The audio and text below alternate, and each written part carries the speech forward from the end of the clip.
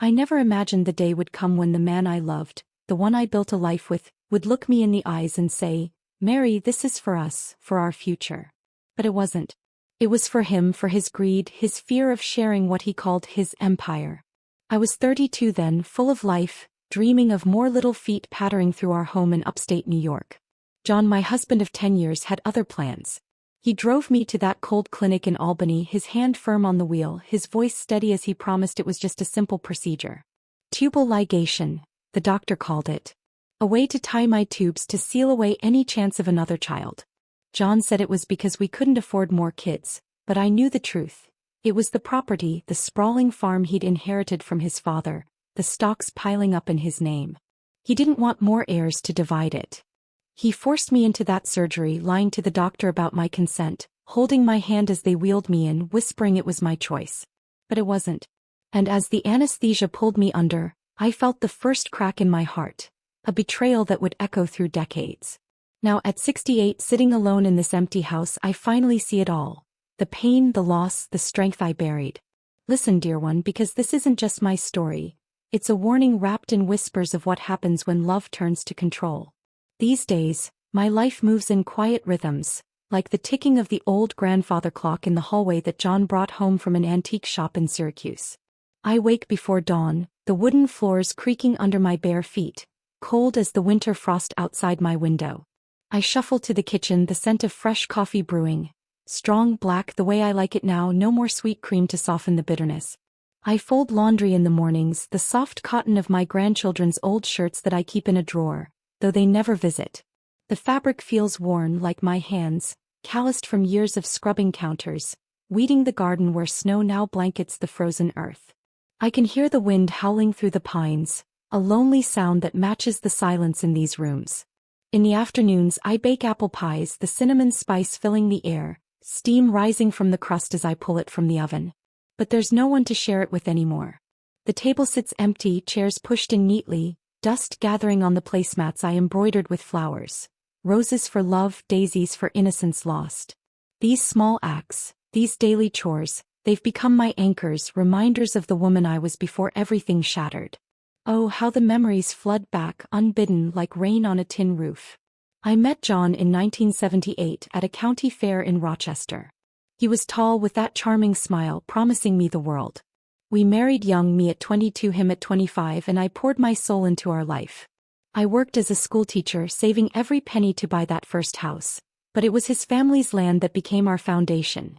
The 200 acres of rolling hills, apple orchards, and the big barn where we dance under string lights. I gave birth to our son Michael in 1980 and daughter, Emily, 2 years later. Those were golden days. I'd wake at night to feed them, John's arm around me, whispering how blessed we were.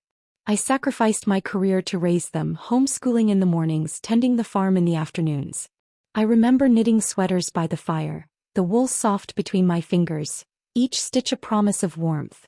John built his business, real estate deals that turned our modest farm into a fortune. But as the money grew, so did his shadows. He'd say, "This is for the kids, Mary," but his eyes would flicker when talk turned to wills and shares. I wanted more children. A big family like mine growing up in Buffalo. But after Emily, John changed. He started locking away documents in his study, the key always in his pocket, a symbol of the control he craved. The betrayal didn't come all at once. It crept in like fog over the lake. At first, it was small things. John dismissing my dreams of another baby, saying we were set. Then came the arguments, his voice rising like thunder. "Why dilute what we've built? The property's mine, Mary. More kids mean more hands grabbing at it." I pleaded, tears streaming, but he wore me down. The day he scheduled the surgery, he gaslit me, saying, "You're hysterical. This is what's best." I lay on that operating table, the sterile smell of antiseptic burning my nose, the doctor's tools cold against my skin. He forced it on me, forging my signature on forms, threatening divorce if I refused. Afterward, the pain wasn't just physical. The cramps, the bleeding. It was the hollow ache inside, the dreams of cradling another child stolen away. Years passed and John's greed poisoned everything. He hoarded the wealth, putting assets in trusts only he controlled, excluding me from decisions. "It's for protection," he'd say, but I saw the truth in his cold eyes. Our children, Michael and Emily, Grew up seeing this, learning his ways. Michael, now 45 with his own family, started pressuring me after John's death 5 years ago from a heart attack. Ironic that his heart failed him. "Mom, sign over the farm shares," he'd say, his wife nodding behind him. "Dad wanted it this way." Emily echoed it, her visits turning to demands, their words like knives. "You're old now, let us handle it." They didn't see my sacrifices. The nights I went without so they could have more, the love I poured out like water from a cracked pitcher.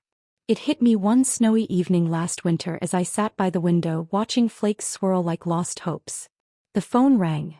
Michael, angry because I'd questioned the latest property transfer. "You're being selfish, Mom.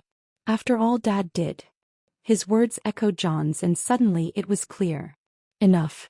I'd given my body, my dreams, my years to a man who saw me as a vessel to control, not a partner to cherish. And now my children carried his torch, entitlement burning bright. The realization washed over me like a calm wave. I deserved better. No more tears, just quiet resolve. I acted in silence, my revenge a whisper, not a shout. First, I met with a lawyer in town, the office smelling of leather and old books. I changed my will, removing Michael and Emily as beneficiaries, leaving the farm to a charity for abused women. A symbol of the freedom I never had. I sold off shares quietly, the papers crisp under my pen, each signature reclaiming a piece of me. I changed the locks on the house, the new keys heavy in my pocket, no longer shared. I packed John's old things, his watch, his deeds, into boxes for donation, the cardboard rough against my skin. No announcements, just actions powerful in their stillness. The necklace he gave me on our anniversary, a gold chain with a heart pendant, I buried in the garden under the roses. Love interred, betrayal laid to rest. They came, of course, the climax roaring like a storm. Michael pounded on the door one crisp autumn day, Emily beside him, faces twisted in fury. "What have you done, Mom? This is our inheritance," he shouted, his breath fogging the glass. "Dad built this for us." Emily chimed in, gaslighting as always. "You're confused, old age messing with you. Let us in, we'll fix it." I opened the door just a crack, my voice steady, cold as the wind. "No more. You took after your father, greed over family. The property's gone. So am I." Michael's eyes widened, begging now. "Please, Mom, think of the grandkids." But I shut the door, the click of the lock echoing like finality. Their voices faded as they drove away, leaving silence, a blessed, empty peace. Now I sit on the porch as the sun rises, painting the sky in pinks and golds, waves of light crashing over the fields like an ocean of promise. The house feels lighter, no longer a cage but a sanctuary. I garden again, hands in the soil, flowers blooming where thorns once grew. An empty chair beside me, but I don't feel alone. I've found myself. The broken bowl from our last fight, shattered on the kitchen floor years ago, reminds me. Some things can't be mended, only swept away. Listen, if you're hearing this, remember, dignity isn't given, it's claimed. Boundaries aren't walls, they're doors to freedom. Let go of those who chain you even if they're blood.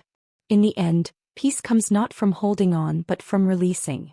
And oh, how sweet that release tastes, like the first breath after a long dark night.